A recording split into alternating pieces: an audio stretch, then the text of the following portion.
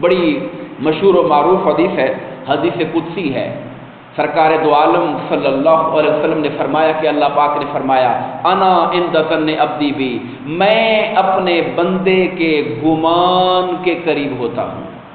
ان الفاظ پہ توجہ فرمائیے، اپنے بندے کے گمان کے قریب ہوتا ہوں۔ میرا بندہ میرے بارے میں جیسا سوچتا ہے میں اس کے ساتھ ویسا معاملہ فرما دیتا ہوں۔ وہ کہتے ہیں میرا رب مہربان ہے، میرا رب بڑا رحیم ہے، میرا رب بڑا کریم ہے۔ اگر بندہ مجھے کریم جانتا ہے تو میں اس کے ساتھ کریمی کا ہی معاملہ فرماؤں گا۔ اگر بندہ مجھے رحمان اور رحیم جانتا ہے تو میری رحمت کا معاملہ ہی اس کے ساتھ ہوتا رہے گا۔ پھر فرمایا میرا بندہ جب ایک بالشت میری طرف بڑھتا ہے، بالشت جس کو ہم گٹھ کہتے ہیں، ایک بالشت میری طرف بڑھتا ہے میں پورا ہاتھ اس کی طرف بڑھ جاتا ہوں۔ یعنی بندہ اگر تھوڑا بڑھتا ہے خدا کی رحمت زیادہ بڑھ جاتی ہے۔ آگے جا کے فرمایا اگر بندہ میری طرف چل کر آتا ہے میری رحمت دوڑ کر بندے کا استقبال کرتی ہے۔